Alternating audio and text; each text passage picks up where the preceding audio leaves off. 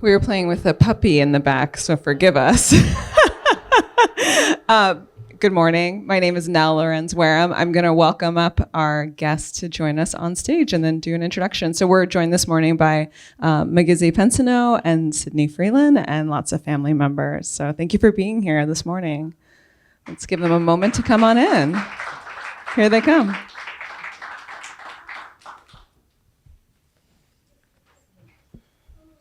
We're making our way. It's a leisurely morning. There they are. Welcome, welcome, welcome. All right, we might be joined by guests, and that's very welcome. Wonderful. So like I said, my name is Nell Lawrenz-Wareham. I am the Deputy Director of Explore Minnesota Film, so that's the state's film office. I'm really honored to be here, joined today by our wonderful guests, and also to be hosted by Zeitgeist Minnesota Film Festival. This morning, we're going to be talking about creative process, challenges, opportunities, and the evolving landscape of Indigenous film today. These folks know each other for over 20 years, so I'm mostly just going to ask questions and then sort of sit back and have the opportunity to listen to what they feel like sharing with us. But it's a real honor to be joined by folks whose careers span both film and television, indie and studio, and who are just brilliant, form-breaking geniuses. So I'm going to just try to basically follow along as much as possible. So I'm just going to take a moment to read their professional bios in case you don't know it already, and then we will jump into questions. And then at the end, there will be time for questions from all of you. Here we go. Okay, Sydney Freeland is an award-winning LGBTQ Navajo filmmaker. She directed and co-wrote Rosebud for Netflix, which premiered at TIFF in 2024. She also directed the pilot and majority of the episodes for the Marvel Studios series Echo. Freeland also has served as a staff writer on the first season of Reservation Dogs, which was created by Taika Waititi and Sterling Harjo.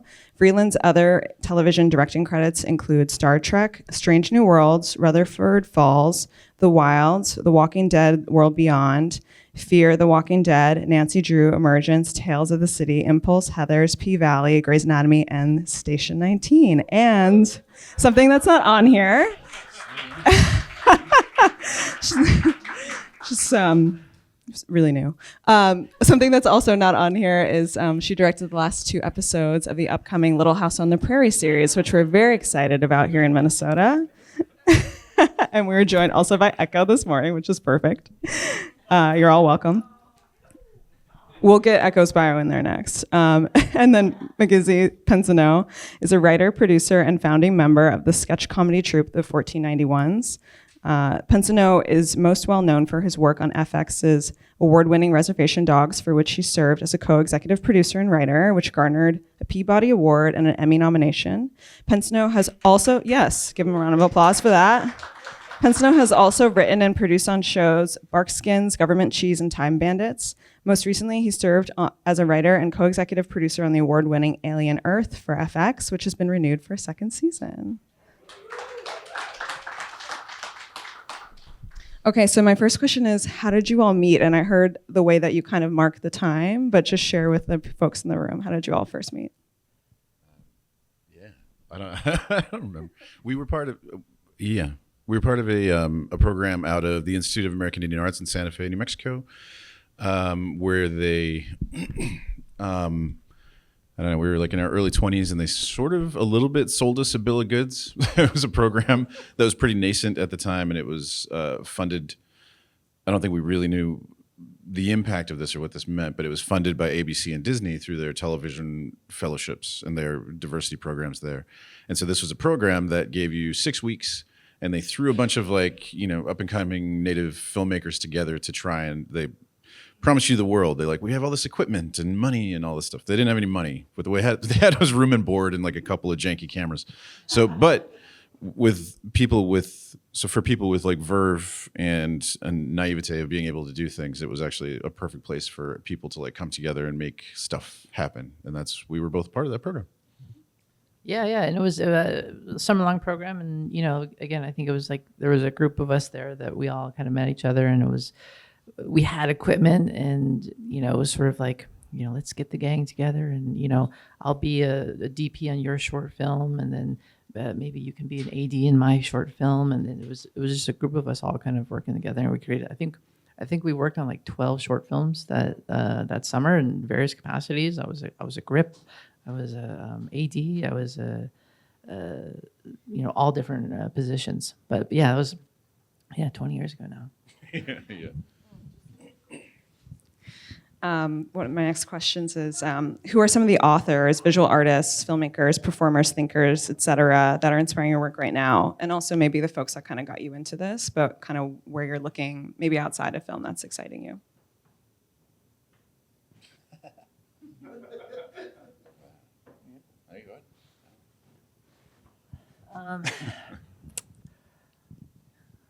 That's a great question. I right now I'm midstream right now, and I'm doing a rewrite of it's a book adaptation. It's a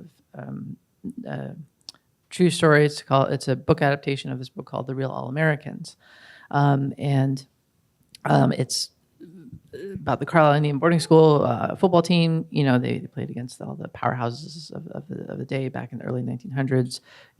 Yale, Harvard, Princeton, Army, and they would play against these group of Indian boarding school kids would play against these colleges, and they would win. The particular time that we're focusing on in this script is this great kind of cross-section history, because it's like you've got Jim Thorpe as the star player for the Indians, Pop Warner's the coach for the Indians. The big bad in the story is Army, and the star players like Dwight Eisenhower. So it's this really great kind of cross section in history, and but it's a massive book, and it's a massive time frame that spans I think 45 years, and so it's trying to condense all that. And so I've started doing a combo of reading and listening to the audiobook for Hamilton. And it's actually been very helpful, because having seen the stage play, you realize oh man, Lin-Manuel took so many liberties, and he condensed it into a narrative story. A great musical, but it's it's actually helpful to see that you can take it. It's helpful for me being my first time trying to do something like that, having some context and from sort of a bouncing off point. It was a long-winded way to answer the question, but Hamilton. Yeah. Currently, I don't know, everything and anything. I just sort of pick up and read, and so everything kind of inspires. And I don't. There's no one. And then growing up, there's no sort of one author, filmmaker, or anything like that. It's always, I'm one of those people that finds sort of the inspiration in everything, no matter how bad it is, or how whatever, however B movie it is or whatever. It's easy to say. When I was a kid, I liked Willow and the Princess Bride and Ghostbusters, and that was sort of it. But it's also growing up as a teenager with access to the video store, I'd watch all the worst schlocky movies you could sort of find. But what's funny about that though is later on you realize that those were places where very talented human beings were cutting their teeth, or they were places where they were in the dregs of their career. And so there's as a particular anecdote, I went down again to Santa Fe. You will find that is a common and recurring theme in my life, is going back down to Santa Fe. But I went back down to Santa Fe, and I was doing some teaching back at the place that gave me opportunities at the Institute of American Indian Arts, and they had a screenwriter come in, a very I don't know how to describe him. He wears bow ties, and he has round rim glasses, and he's just sort of this very sort of uptight kind of dude, and his name's Kirk Ellis, and he wrote the wonderful miniseries John Adams with Paul Giamatti. So he's I really like this dude as a filmmaker, as a writer. I think he's brilliant in his adaptation, because he was not afraid of time jumps. He would be all right, here's a section. The first episode is the Boston Massacre, and then you're two or 3 years later, and then you're so I really like that. But what people don't know, and nobody in that audience knew because they didn't have the same like love for all of this stuff that I did. Everybody's asking questions about John Adams and like what was the process and adaptation and all this stuff. And I was like, hey man, so like you helped write Frankenhooker in the early 90s, which is absolutely true. The writer of John Adams helped write Frankenhooker. And he also wrote this crazy, there's this actor whose face you'd recognize if you ever saw it. He's like in many B movies. He played Shao Kahn in Mortal Kombat Annihilation. Look it up. His name is Brian Thompson. There's a movie where Brian Thompson plays this spy who goes down to Central America to infiltrate the cartels. And the cartel guy is played by Oliver Reed when he's like, down in the depths of his career. And it's like this crazy, but what's interesting about it is this guy's like playing this, he's like this super spy. Brian Thompson is a super spy. And if you ever see him, you're like, okay, it doesn't really work. But the cover is, he's playing a gay fashion photographer and he's surrounded by models. And so like, it gives him this opportunity to be like hooking up with all of these women, but also like cover to like infiltrate Oliver Reed's camp. Anyway, there's a whole point in this movie where Oliver Reed is trying to call Brian Thompson on his bullshit, and he's like, you're not really like a gay fashion photographer. And he's like, yes, I am. And he's like, prove it. And it ends in this makeout scene with Oliver Reed and Brian Thompson. And I'm like, man, that's Oliver Reed. Like, what? Anyway, so these are the kind of things that sort of fascinate me, the sort of ups and downs of people's careers, where they've been. And it's been very helpful because there's no linear way for a career to sort of go in this business as any kind of artist, but especially as a screenwriter and producer. And so like asking questions like that, like I was mildly ashamed or sort of embarrassed to be like the dude that's like, hey man, so like when you made Oliver Reed and Brian Thompson make out, like, can you tell me about that process? Those are the sort of things that have always, but what's interesting about that is you cut to about, 6-7 years later, and Oliver Reed, he tragically passed away, but he like is doing this amazing performance in Gladiator, and it's like it does this sort of swoop thing, and but there's no world in which like they were making this crazy movie and saw themselves like that. Nobody's kidding themselves that they're making Shakespeare, but they were giving their all still in this thing. And these people like went on to go do some really amazing things, or had done amazing things, and we're going to go back, we're climbing back into it. And so I would watch all of these things unironically. People call these things like guilty pleasures, but they are not to me. They're like unironically, some of my favorite movies are like, those are the things that sort of inspired me, because you're like watching people still going at it, making stuff with all of the heart that they have, with all of the talent and the brains that they have, and what they're coming out with is like Frankenhooker, So like that's anyway. So those are the things that inspire me. Is like it's not really any one thing, but it's like, you watch somebody at sort of their lowest moment and their highest moment, and you're like, you can kind of see where the work really is. So there's a very long answer. Sorry.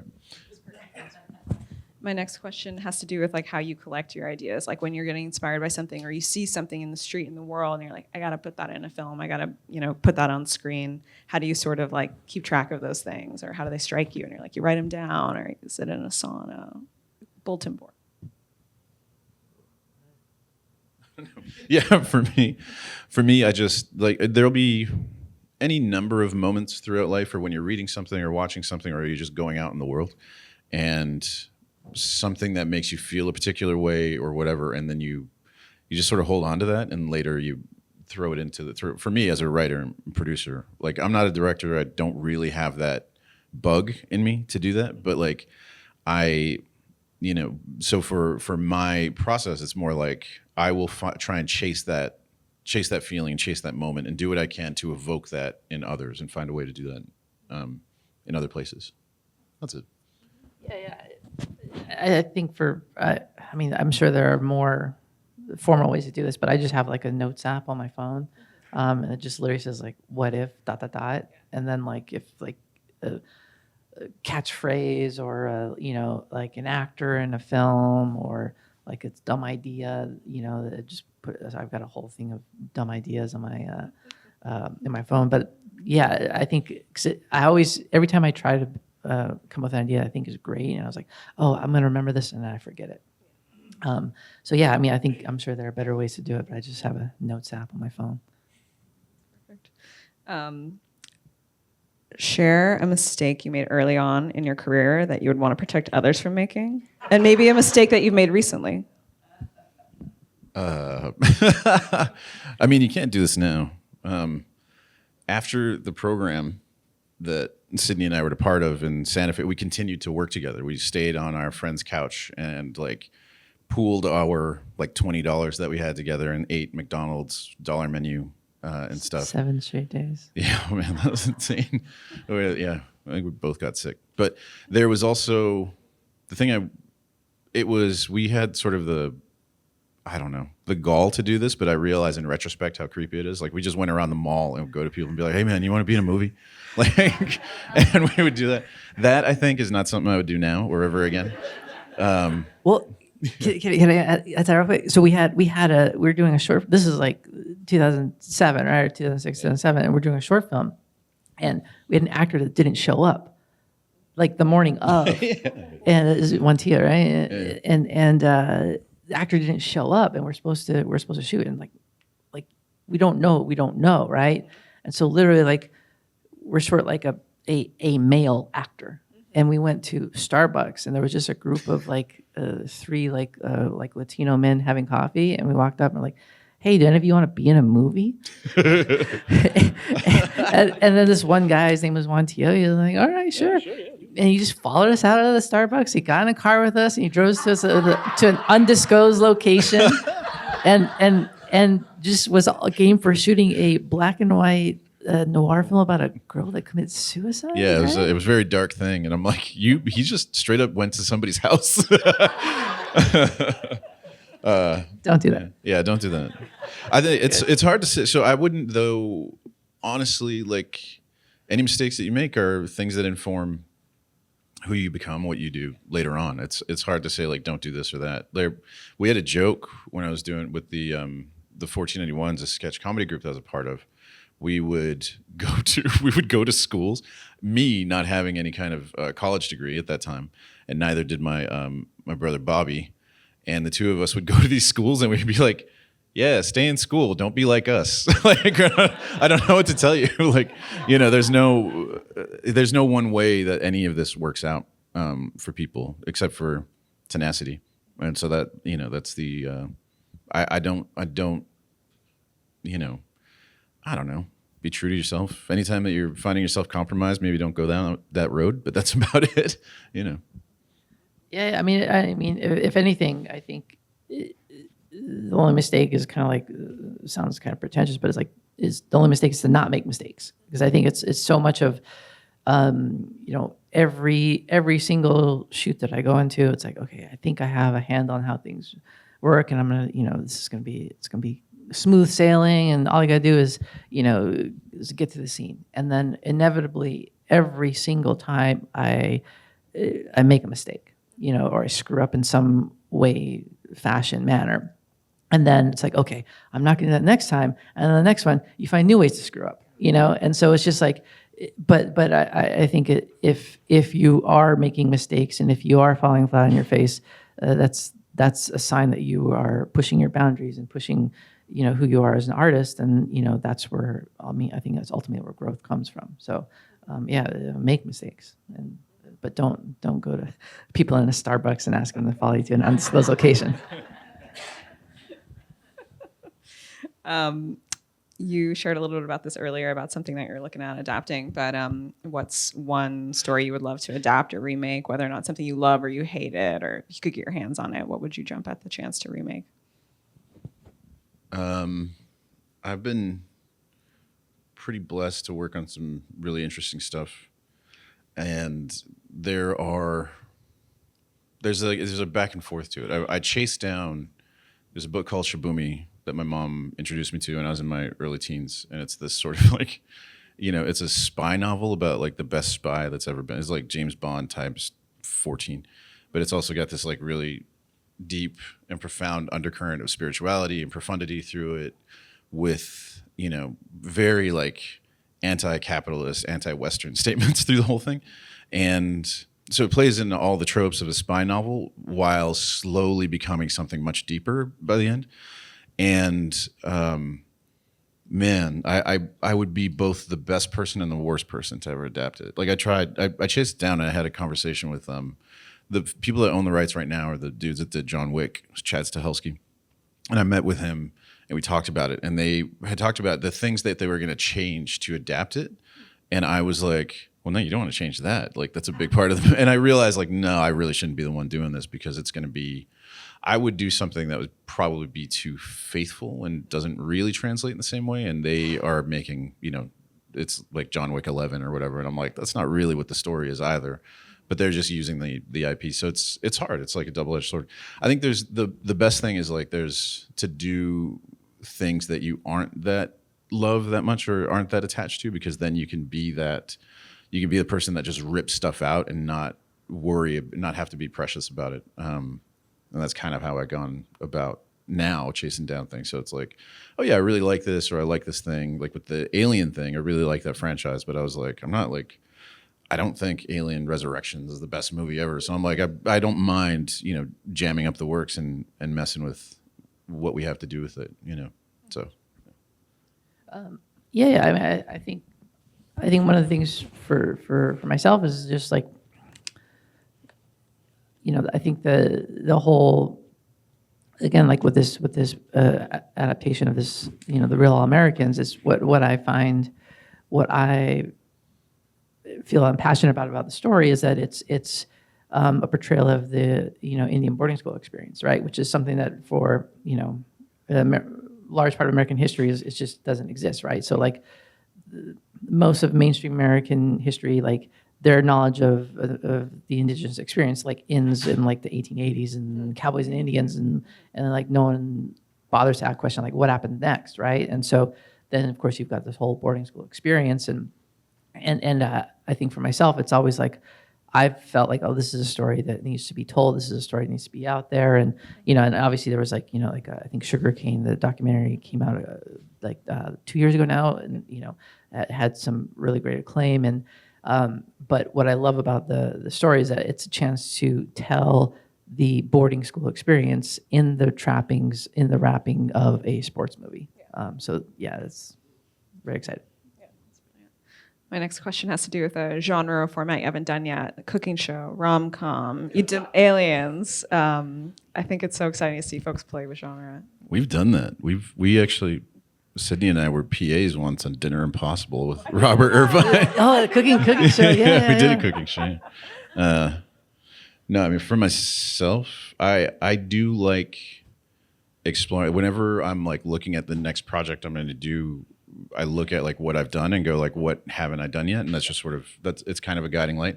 It's not really, there's not really one place I don't know that I'd ever do something really heavy and dramatic. You know what I mean? That's like sort of ego-driven, therapeutic like that. I'm never going to make fucking Noah Baumbach like Marriage Story movies. Cause I'm like, I don't know, deal with your ego somewhere else.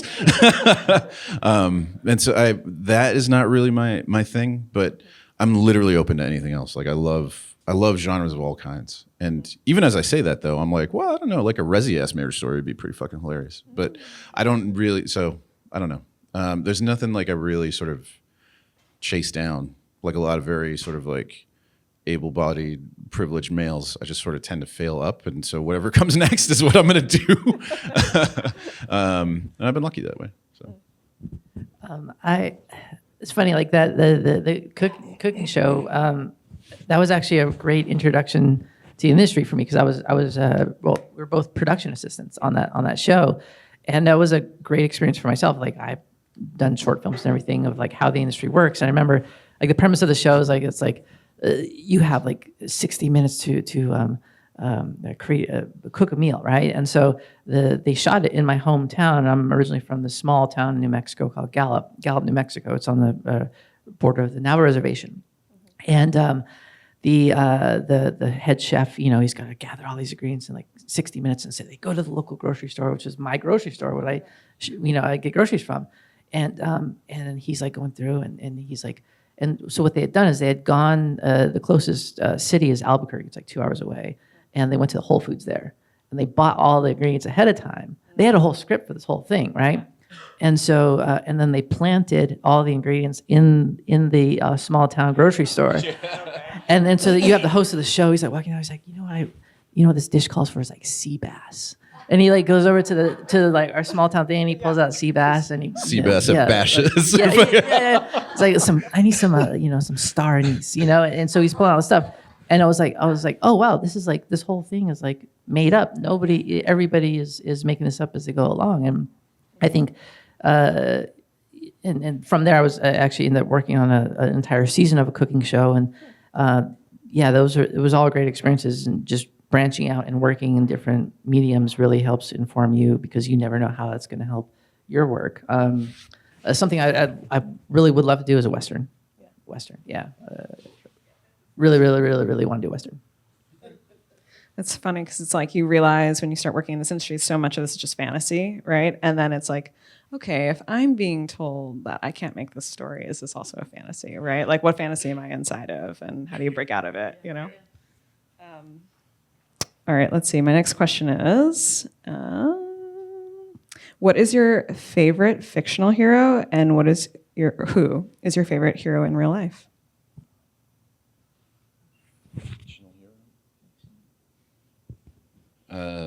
Fictional hero. Yeah, that one. I don't know. In real life, and it's not just because they're here, but my family is my real life heroes. I come from this family of like activists and social, people with incredible social impact. They're either environmental activists or traditional, pushing forward traditional knowledge and thought, spirituality. My little sister works in sexual health, and I'm like, I work for Apple and Disney. So those are the actual heroes in my life, the real ones. And then fictional, though, I don't know.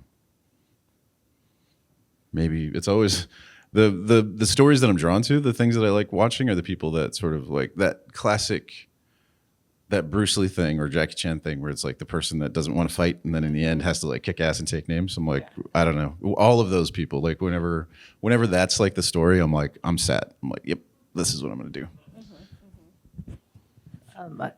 My answer is kind of lame, but like, fictional. It was like, I'm obsessed with comic books growing up, and I think Spider-Man was always my favorite character. Great power comes great responsibility, but then also you have this like teenage kid who, what is the saying? It's like, in order to be Spider-Man, all his loved ones have to suffer, and he can never be happy, and something about that like related to. But yeah, and that's the first thing that comes to my mind. Real life, I think my father. My father was a single dad. He helped raise me for a long time, and I think growing up on the reservation, it's like I would never say we were poor, but I always had everything that I needed. I had a home over a roof over my head. I had a warm breakfast every single morning, and you don't really, you kind of take that for granted. That's just the way things are until as you branch out and leave into the world, it's like, oh wow, that took a tremendous amount of effort to do that. So yeah, I'd say my father. Thank you. Okay, my next question is, skip around. Something you saw recently that made you laugh out loud, that you just loved. Oh, I can't say. Okay, I can say. There's an animated thing coming out that it's from a franchise. Well, I'm trying to dance around this. There's a franchise that I loved as a little guy that they are sort of renewing and redoing, and they created, it's an animated version, and they created a character specifically for my little brother. My little brother Dallas is going to be in this thing, and they created a character in this world specifically for him to like get him to, so he's going to be a part of this like crazy thing that I loved as a kid. And I'm like, that, when I saw it, I both laughed and almost cried for like joy. I was like, fuck yeah. I was like, you spend so much time in this business doing this thing, and so much of it is just a very grown and hopefully funded version of like, wouldn't it be cool if, or you're just doing like, sort of rehashing out scenes and moments or whatever from movies. That's what me and my little brother used to do. And to see him actually doing one of the things that we used to rehash all the time, I'm like, oh, it's so cool. Anyway. Funny. I don't know. I've been having this will be totally obscure, but like I get my YouTube feed I've been getting clips of Community, the TV show, which I haven't seen, so I'm getting like clips out of context. And so for anyone who hasn't seen the show, it's a scene where like the principal of Community comes in. He's like late with their paychecks, but he's dressed as a payday bar, peanut bar, and he starts doing a freestyle rap for the students about why that he's gonna be late in their check. And he's like, and it starts off as like, I'm a peanut bar, and I'm here to say your paychecks will come another day. And then he starts getting like taken over and turns into like this hardcore like Eminem freestyle rap. And he's like F the police and like I spit knowledge and I did it. And he like gets like obsessed and he's like, I don't know what happened. And he just drops the mic and he runs out crying. And I don't know. That was funny. That's the first thing that came to my mind. Community. Thank you. All right, let's see. Tell us about kinds of stories you're still excited to make. We heard about Westerns. Are there certain kinds of characters, heroes, villains, landscapes that you haven't made yet or that you haven't seen yet that you're like, this is in my brain and I want everyone in this room to see it? Yeah, for me, and this is giving away a little bit, well, whatever. I'm currently working on this thing, and I hope it ever comes to fruition, but there's I don't think a lot of people know, there are some things that you kind of know, like, oh, they're like sort of really quick quotes about like, Ben Franklin was inspired by the Iroquois Confederacy to like make America and all this stuff. And for me, what a lot of people don't know is the French and Indian War, which is known globally as the 7 Years' War, was kicked off by this incredibly intense Ottawa guy named Charles Langlade, if you're from Michigan or Wisconsin. And he was half French, half Ottawa, and he gathered up a bunch of people from Three Fires, like Ojibways, Potawatomis, and just ripped apart the English for years at a time. And there's a story of him, like there was this Miami chief named Memiskia, and he basically killed him and ate him in front of his family. Like Charles Langlade's like a hero of mine, and I'm like, because he was too in line, because Memiskia was too in line with the British, but his as a what people usually talk about when they talk about like the founding fathers is you get this image of like Washington with his knee up and crossing the Delaware and doing the thing and all of that, but you're like the stories of him from 20 years before that, from like the early 1750s and into the mid 1760s, this is a dude who just wanted to like acquire the most land, get rich as hell, sleep around with his best friend's wife, and just live his little like rich boy life. And then he sort of grows into the dude that you sort of think of. And all of this was propelled by the natives who were from Michigan and the Iroquois in New York, all sort of in this confluence of the Ohio River Valley and these like incredibly intense times. And for me, there's like, I want to do this as like a big battle epic thing. There's a battle with the British finally are like, all right, we're doing this, we're taking it over. And they sent 2,000 men into the Ohio River Valley, and they lost 1,500 of them, either killed or wounded, to a force of about 600 natives with Charles Langlade, because they were just like too hubristic in what they were doing. And like out of that battle, Washington it was the first time he was called a hero because he managed to save that last 500. and it's so that whole period from like 1750s up until the 1760s, just before the idea of what America is doesn't just pop into your head in 1776. It like percolates over a long time. And that time period is something we've seen Last of the Mohicans, but it doesn't really get involved with like how influential the natives were at this time, how politically minded, how incredible they were. And I'm like, there's some real like Game of Thronesy shit that we can do at that time. And that's like my big dream project someday. I think I love genre, love specifically like sci-fi. And I would love to do something kind of like Indigenous meets sci-fi. I don't know if that is, but yeah, would love to do that. And a Western. All of it.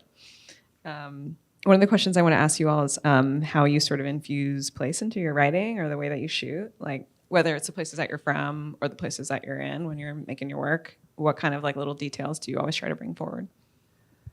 Well, I think for, yeah, I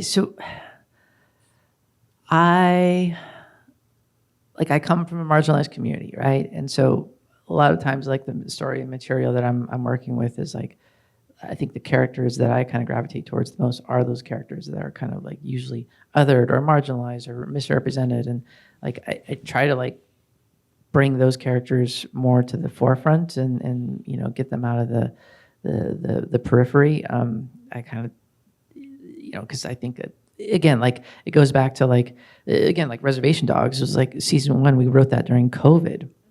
And no one knew what they were doing. And it was all about like, well, fuck it. Like, I remember when Day Sterling got on the Zoom, I said, fuck it. Like, why don't we just tell stories about like what we would have wanted to see when we were growing up? Because we never saw the people or places we knew represented. And so it literally just became that. And so it became, oh, what if there was a deer woman story? What if there was a hunting story? And what if there was a what if, you know? I think from a technical standpoint, I think there's like I've worked on a couple TV shows where like something like, for example, I've done some episodes of Grey's Anatomy. Grey's Anatomy takes place in Seattle in the Pacific Northwest. 0 fucking natives on that show, right? And so it's a small thing, but like when we're shooting it, they have Pacific Northwest inspired like art in the hospital. And so like I would like take a painting off a wall and put it in the you know, behind the actors in the scene. And so you know, if you watch any of my episodes, and hopefully you see a lot of Indigenous art on the walls behind the actors. Those are like little things, but matter. It's important. Ditto. I don't know. I didn't work on Grey's Anatomy, but you do try to find those things as like an Indigenous person to be like, even when you're working on something that's, you know, has nothing to do with it, you sort of, the representation of the place and whose space you're on is very important. And it's funny because I haven't really worked anywhere outside of a couple of years back, outside of Turtle Island, you know. So like U.S. and Canada, I'm always like, all right, there's going to be Indian shit around here somewhere, and we'll sort of incorporate that. But a couple of years ago, I did do Alien Earth, and I was in Thailand for 7 months. And what I found myself being is an outsider in this place that was not, you know, like native. I was not native to it. And so I found myself being very deferential to people that had very strong opinions on set, to be like, all right, well then, if this isn't, you know, even though we're taking, there's a fantastical place and it's not real, you know, we're developing something that's futuristic and crazy, there was still like, well, you know, this is how they would do things in Thailand specifically. And we sort of incorporated and listened to all of that. Like, this is what the city would look like. If it were a futuristic city, this is how it would grow based on what it is. And that was interesting. You know, so it's just in those places you listen to the people that are from there because they know, and you don't generally. So. Yeah, I think another. This is a super small example. No one will know. No one will care. But it meant something to me, right? But there's another Grey's Anatomy show called Station 19. It's like their fire station show, and I remember like, as we were, before I was doing my episode, we were casting, and I remember having a conversation with the showrunner and saying like, basically what I just mentioned previously, like, listen, this show takes place in the Pacific Northwest. There's no native people. And I said, hey, what if we just had like there was a groundskeeper character, and it just said groundskeeper. And so it was like, you know, open casting, colorblind casting. I said, what if we just had like a native groundskeeper and in the show, and she's like, oh, that's a great idea. Like, why didn't we never thought of that? And like, oh yeah, there are Indigenous people in the Pacific Northwest in Seattle, and so we cast a native Indigenous woman to be a groundskeeper, you know, and it wasn't like she gave like some sage advice or anything like that. She's a groundskeeper, you know, and she helped She's like, they went that way, you know. I mean, it was more than that. It was more than that. It was more than that. But it was like, you know, it was a small thing. In people watching the show will see this character come on screen for like 3.5 minutes. But for me, that was a big thing because it was like, you know, like, again, like, you know, there's this whole conversation on DEI and representation. But to me, this is exactly why representation matters. You know, it's like I'm not there without someone not taking a risk on me, but by me being there, I was able to have this conversation, and we were able to get somebody a job that they wouldn't have had otherwise. Awesome. All right. I think that's a good place for us to open it up to questions. Before I do that, I just want to say thank you to Upper Midwest Film Office, Fond du Luth Casino, Visit Duluth, and my colleagues from Explore Minnesota that are here today. So if folks have questions, you can percolate. We've got one right in the front. I'm going to bring the microphone to you and walk around. I'd like to take you into the weeds a little bit.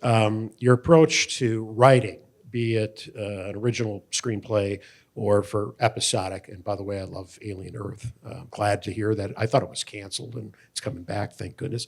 So you can walk me through your process, the discipline you practice when you're approaching the work, you know, day to day or what have you. What, you know, because I'm curious about what it takes for you guys to churn out a script. Anything you want to share? Yeah, I got kind of a two-parter answer. One's a little, you know, if you're not a spiritual person, it could be a little woo-woo, but it's absolutely true. A friend of mine who's passed on now, she's a basket maker, a Cherokee basket maker woman named Shan Goshorn. Love her to bits and pieces. She was like an auntie to me and a bunch of my friends. And she once told me that art is the spirit trying to express itself through us. So whether you're an atheist and you think maybe the collective unconscious or whatever, like however you want to look at it, there's something there that is trying to express itself through you, and you are sort of the translator and you bring your own experiences to it, and that's what art becomes. It's the spirit trying to express itself. So for me, my day starts with listening to that, being very intentional about like going, all right, what's really going on here, and try to say, however, you know, those little moments of like prayer, reflection, meditation, whatever it is for you, I go like, all right, lock in. And then I just sort of lock in and I get out of the way of like, you know, I'll have my notes from the stuff I was writing before. Usually I'm blessed enough to be working on a few things. So I'll do like one thing in the morning from maybe 9 to noon, have some lunch, do another from like 1 to 4 or 5. But once the sun goes down, I never keep working. That when you're talking about discipline, that is my own discipline. I have to be fully checked in with my life. Otherwise, I used to, especially in my early 20s, I would write till the sun came up and even beyond that. And it was not healthy for me or anybody else that was part of my life. So I'm like very, very deliberate about when I'm working and when I'm not. And I take those, whatever you want to call it, influences, the sort of divine whisperings or whatever, and I just check in, and I spend my time checked in that space where I can like create and write, and like, you know, learning format and all of that stuff is easy. You can learn that in a few days, probably, about like what it takes to write a screenplay format, but how it lays out and listening to your own voice sort of translate those inspirations, that takes time, and it takes very, very deliberate effort. And it took me a long time to sort of understand where the power of my voice in this sort of inspiration comes from, and being able to translate that. And that's the biggest part of it, is being like, when is it, you know, if you're doing something in adaptation, like when is it the book or when is it me? Like what are you sort of, and you just, for me, it is full focus and intentionality, and being very deliberate about that space. And like, so I don't write, I try not to write at like on my couch or on my dinner table or whatever. I'm like, I have my little desk, my little office, whatever, and that's the like cordoned off space. And then I go back out into like my world for the rest of it. So, you know, outside of that sort of general thing, I mean, sort of inspiration comes from anywhere, be books or whatever, and you just sort of like, you just get at it, let it be.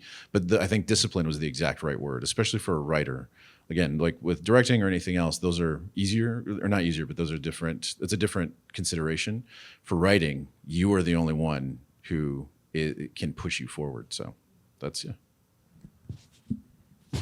Yeah, echo a lot of what Migizi's saying too, and I think for me, there's also a lot of procrastination involved.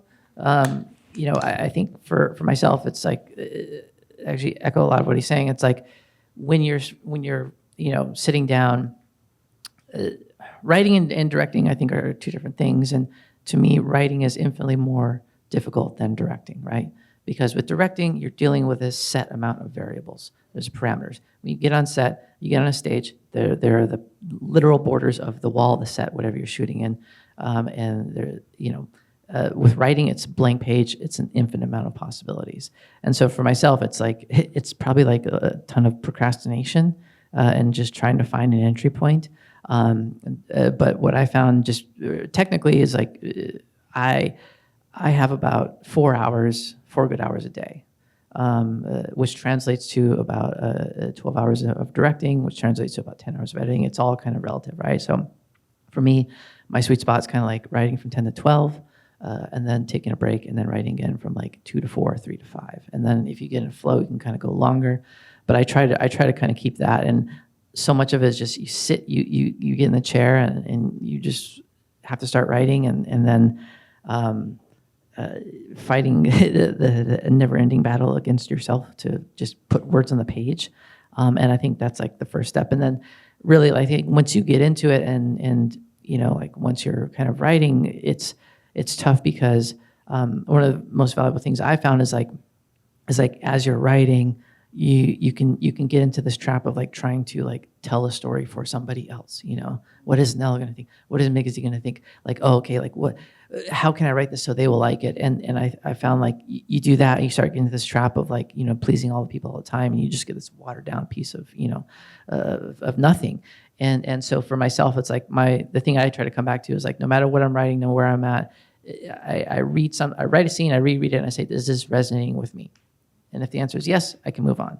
If it's no, I'll go back. And the barometer is just basically like, okay, if it's resonating with myself, I'm betting that it will resonate with somebody else. And sometimes it does, sometimes it doesn't, but at least hopefully it's your voice that's coming through. If anybody is interested, and there's a great book called The Art of War is Sun Tzu, The War of Art. It's The War of Art. It's a great book about the creative process and writing. And it's a great book. Recommend it. More questions? All right, I see one in the back. I'm coming to you.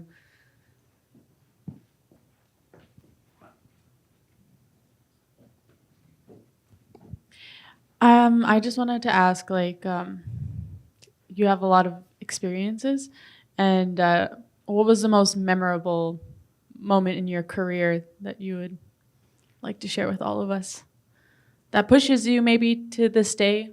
I don't know. There's been quite a few, and some really, really magical and blessed sort of spaces to be in. Like I was on the show called Barkskins, and we built a full-on functional 16th century French village in Quebec, and it was amazing. And when things would get hard in Thailand, I would look over, and there's like this 6'5" vegan guy in a rubber suit as an alien, and I'm like, man, my life's awesome. But the most influential moment came from, and one of the things I'm most proud of having written, it came from a thing that we did in season 2 of Res Dogs, where we'd always blocked out and tried to do a yard sale episode, and it was just a placeholder because we knew we weren't going to do a yard sale episode. But I actually ended up writing one in season 2, and it was just crap. It was janky, and so me and Sterling, the showrunner, and our producer at the time, Tasba, we were like, yeah, we're gonna, what we had a saying with 1491s, which is just paint over it. And we're like, all right, paint over it, it's done. So we had to break and re-break a new episode we were going to shoot it in a matter of days, which meant we had to have it written and approved by FX like the next day, basically. So we took about 12 hours to break a new story, and we talked about how we all had people in our lives who were in prison, and how those were not dead names to us. Like, there are still times talk to my brother Byron about spiritual advice, and all of this stuff. So it was like, we all had these experiences with people that we love and care for who are in jail. And so we broke this episode for Res Dogs in season 2, and then it was my episode, so I ran off and I wrote it in about 24 hours. It was like the longest I've ever gone without sleep. It was like 36 straight hours. And it ended up getting approved, and we shot it, and it was one of my favorite things. Like, it's probably the most me thing that's been written and produced out there. And it's this episode where Willie Jack goes to visit her auntie, who's played by Lily Gladstone in Res Dogs. And that was such a fast but very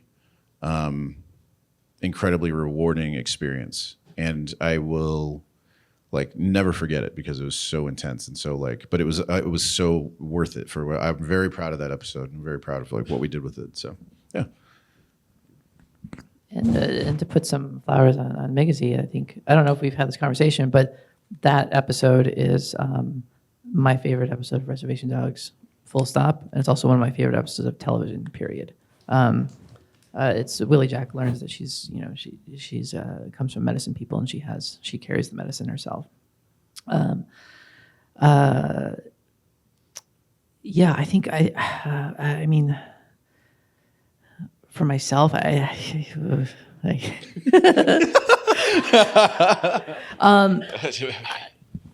would say, I don't come from the film industry. I didn't grow up in there. I didn't have any connections. I didn't know anybody, and so there's a couple places where, somebody reached out and they made a gesture and they gave you a chance and they gave you an opportunity. And so I think the first place that comes to mind for myself was when I was first starting out. I was kind of working in a vacuum, and I don't know what I'm doing, and I'm writing my first feature screenplay. And again, I needed to give you a level of my, for those of you that are familiar with screenwriting, the typical length of a screenplay is between 90 and 120 pages, or I'd even say 90 and 110, right? I didn't know any of this. And so I wrote my first feature screenplay, and it was 171 pages, which is like a 3.5-hour movie, right? And submitted it to the Sundance labs because I was trying to get in, and hard pass right out the gate. Everyone passed, and there was one gentleman, Bird Running Water, who read all 171 pages. And he said, well, this is kind of interesting. He's like, do you think you get it under 120? And I was like, oh, what a great concept. Yeah, I'll give it a shot. And so, but that began a relationship, and I had been trying to get into the lab. The Sundance puts on these directors labs and these screenwriters labs. And I submitted the following year for the Sundance Directors Lab. And I remember they do a series of cuts, and each cut there's another phone interview, or this is pre-Zoom and everything. So it was subsequent, each interview got more and more intense, and there were more and more people on the call and everything. And so I remember getting, finally one day they said, can you get on a call? And they said, congratulations, you've been accepted to the Directors Lab, Sundance Directors Lab. And I just remember being home on the reservation and getting that news. It felt like a shifting moment of okay, somebody somewhere believes in me enough to give me an opportunity. And I just broke down and I started crying. And I was in my living room, I sat on the couch, and my dad was watching a football game. He was like, what's going on? I was like, oh, the Sundance. He's like, the ceremony? I was like, it's oh, the festival. There's a festival? It was a whole thing. But that getting into that was it provided so many opportunities, and it gave me a community structure foundation that allowed me to kind of push it further and further. A couple more questions. Okay, right here. Come in. Thank you. I know you both did a lot of short films earlier in your career that you probably wrote. Have you ever thought about going back and revisiting them and maybe doing them without somebody from Starbucks? That maybe your acting pool would be different now.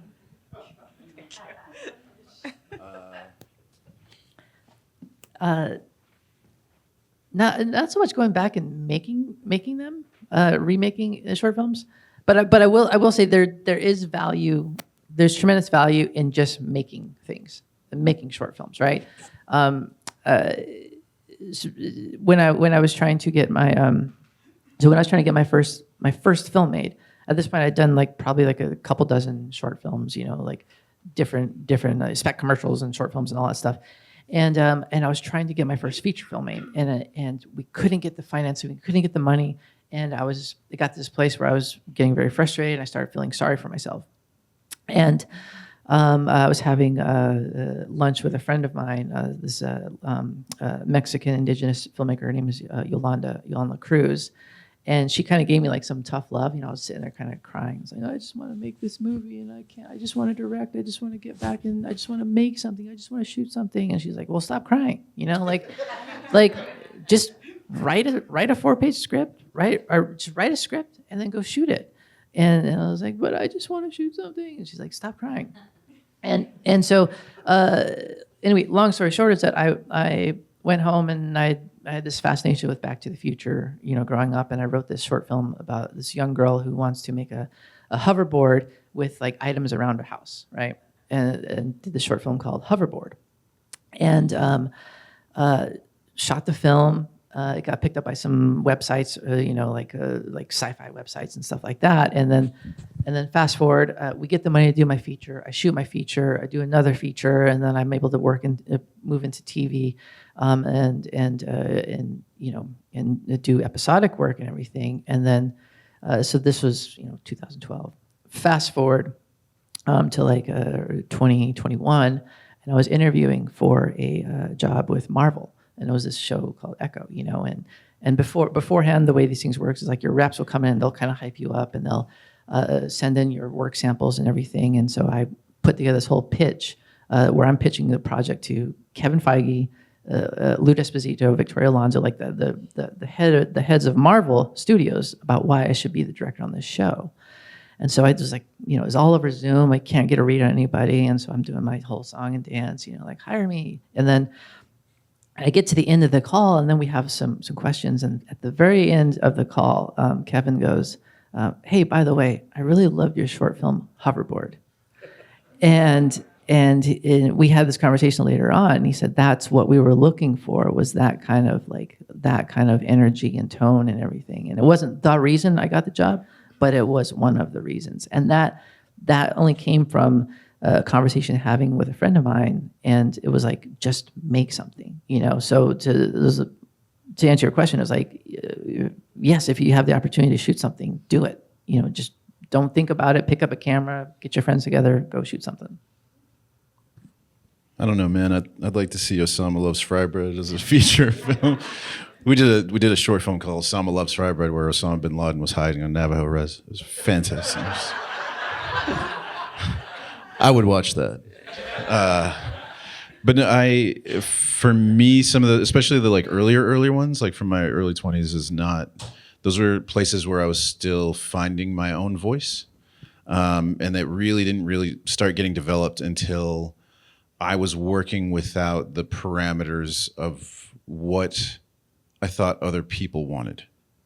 And so those early ones were about I'm trying to make something that what happened with Sydney's Hoverboard, which is I want to make something that's going to catch people. So it was always a weird genre thing, vampires or bikers or strippers or whatever. Something just, edgy that you wouldn't expect from a native filmmaker. But it wasn't until I was with the 1491s later where I was can we just make ourselves laugh? And the only people we were writing for were ourselves.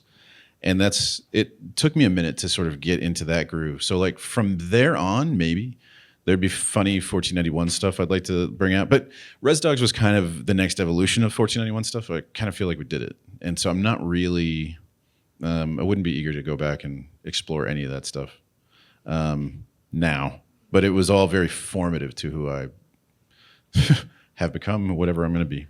So, for those of you not familiar, there's a great sketch they did called the Avatars. And it's the 1491s. And has anyone seen it? You guys know it? Yeah. It was great. It's the post-colonized avatars, and they're they go into avatar boarding school, and they're it's so satirical. It's so great. I'd watch a feature version of that. Yeah, that'd be fun. Actually, yeah. All right, I think we have time for one more question. Okay, coming to you. Big fan of both your work. How is technology now kind of dictating how you guys are writing? We had a chance a couple of weeks ago to sit down and listen to Dean Kundi talk about his trajectory and how if he would have started now or he would have done things differently just because technology. Is it really kind of now informing the way that you're writing, the way that you're making your movies? Or is it a positive or a negative for you and your writing? It's not something I really consider. Story is story. You know what I mean? Characters are characters, and you sort of still stick within that. What I will say is that if I were starting out, when I started out, if it was like now, there'd be nothing stopping me. The technology that's available to young filmmakers is not something I had access to at all. Like the first things that we ever shot, like my little brother and I, were on these like really crappy little flip phones or flip cameras that we had. And that was sort of like the first advent of digital, because before that it was all film, and that stuff wasn't really available to us. Like I don't have a dark room. I didn't have a 16 millimeter camera. Those things were not spaces that we had. We had, there were camcorders and stuff, but like so you do what you can with that visual language, with that limited amount, and we did. Like nothing stopped us even then. But if it were now, there'd be nothing would stop me now. It's as technology sort of evolved, we sort of evolved with it. I remember with the 1491 stuff, midway through we were creating videos. We created over 100 videos, like a lot of hours of content for YouTube and stuff. And when we would make things over the course of like our time being together, technology changed so fast that we were able to like incorporate special effects, random things. My buddy Bobby, we like had him get hit by a car, and it looks decent. It looks fine. He didn't actually get hit by a car because we were able to like figure out how to wireframe him and do all this stuff that we wouldn't have had access to even 3 or 4 years earlier prior to that. And what's funny about it, and the reason I know that kids are going to be all right, is I learned how to do that by watching a YouTube tutorial by an 8-year-old who taught me how to wireframe the body and to do all this stuff. And I was like, this is how you know you're going to be okay. Like, and so I think for me, the only thing that limits you are sort of the things that you can get with like a budget, the money stuff. But but I would still be right now, like if all I had was like my smartphone, and I say I didn't have access to anything that I'm doing right now, like all studio writing and everything else, I would still be out here like it's one of the reasons that I think that I am able to do the things I am in sort of like the Hollywood stuff, is because I'm absolutely unafraid to tell them to fuck off, and I will just go back and make stuff with my friends. Because there's nothing stopping me from doing that. And so when you have that, and you have that power of no, and the power of knowing what your own voice, there's really nothing that can mess with you in that space. So I think it's really about the technology it's important in that it gives people the opportunity, it provides people the opportunity to make the things they want to make with that voice, but developing the voice, understanding who you are, and getting those stories out, that's the harder part. So it's really not about the technology. It's just about like the drive and the eagerness to do it. Yeah. And I think it's like doesn't. Yeah, I mean, I think like having an iPhone makes it like infinitely more doable to go out and shoot a short film. But the process is still a process. Whatever version of ChatGPT you have, it's like, can you condense this? Write this story for me. It's like, sure, you can do it, but the process is still going to be the process. For example, I've put in I was creating on this I was pitching on a studio film, and I was trying to I was trying to find a specific image. And the way when you're pitching on stuff, you find existing images from other films or shows or art that kind of evoke what you're going for. And so like I'll use an AI thing to like try to generate something, and it's like, well, that's not quite it. And you add in another prompt, and you make tweak and adjustment and everything. It's like it's not quite it. And in that same amount of time, I could have just gone through and gone through like Shot Deck or something and found exactly what I was looking for. And so it's like, I mean, the process is still the process, but it's you have to sit in front of that computer. You have to open up the document. you have to put words on the page, you know? And so however you're doing it, as long as it's coming from your voice, you know, yeah, go for it. But I'm not an advocate for AI, though. Just so you know. Yeah. Just to be clear. Just to be clear. All right. Any burning questions before we wrap it up? Something you were afraid to ask, but now you're thinking, I really want to ask that. Oh wait, I have one thing to say. Actually, I realized. So before, like, we're working in cool genre shit and doing like very cool stuff, and I'm like, anybody else that's like native and looking to make weird shit, like do like some crazy David Lynchy shit. Like that's not gonna be me. I'm not that guy. Like I always liked like the parameters of genre stuff and like, you know, action movies and shit that I grew up with. But like, I think it's prime time to be ahead of the movement on just like make some macabre weirdness, because like I'm like that's a space that needs to be filled yet. So that's all. And I will say there is an appetite for that in the industry. All right. We'll end it there. Thank you so much.